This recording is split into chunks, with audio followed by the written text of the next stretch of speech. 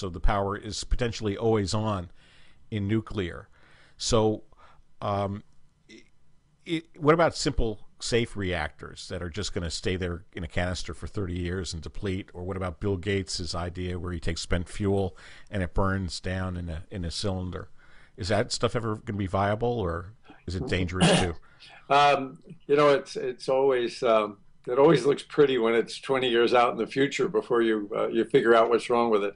The nuclear saying is that you got to be 15 years old before you get zits, and I think as we go out in time and take a good look at these technologies, we'll find problems. But the neat part about what Gates is doing is he's back to small reactors.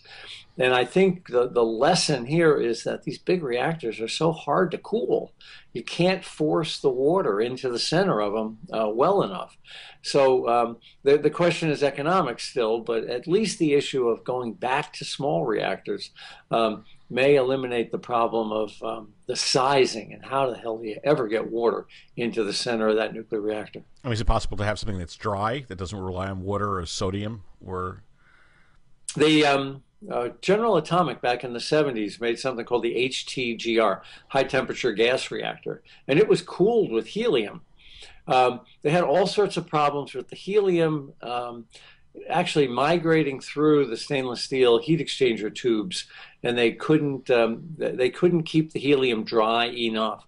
But there have been a couple of gas-cooled reactors. Of course, the first meltdown was a gas-cooled reactor at Windscale in England back in the 50s, and it contaminated the whole state with radioactive iodine. So we've tried gas reactors as well. and sodium is sodium's volatile, is my understanding. Well, we had a meltdown in a sodium reactor as well. The Fermi 1 reactor right outside of Detroit had a meltdown in the early 70s or late 60s.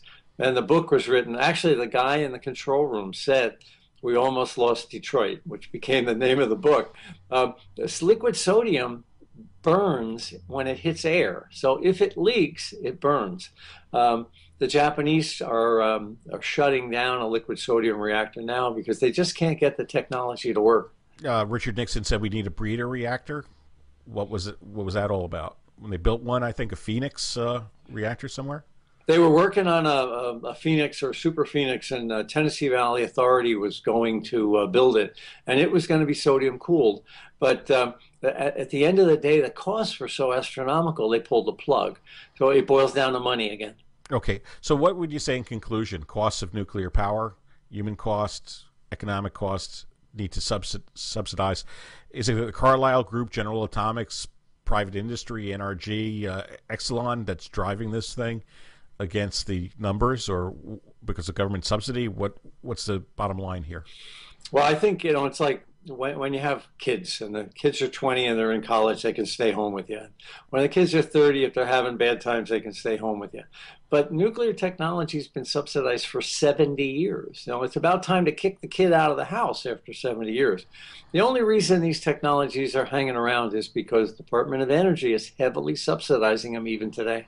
Sounds like the MF Global problem where the regulator is part of the industry and vice versa. You're absolutely right. And I've seen you give testimony in Congress, and it's quite amazing to me. It's like you're talking to a wall of sheetrock. Except that's not true in Wall Street. Now, Wall Street is kind of agnostic about this, as they should be. But the lobbyists from the industry and the lobbyists from the utilities, let's look at Vogtle. Vogtle's $20 billion are down in Georgia. I'll give you $20 billion if you guarantee me 11% on it. What a great deal. Yeah, it's a winner.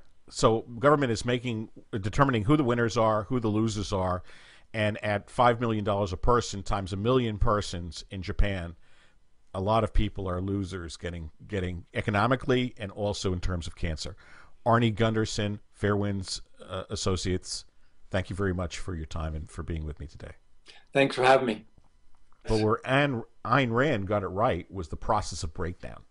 She could, if you read her books, she was totally wrong about the solution points, but she was totally right about the process of breakdown, where the wrong decisions are being made simply because of all the special interest which is intervening to a predestined result, preordained result.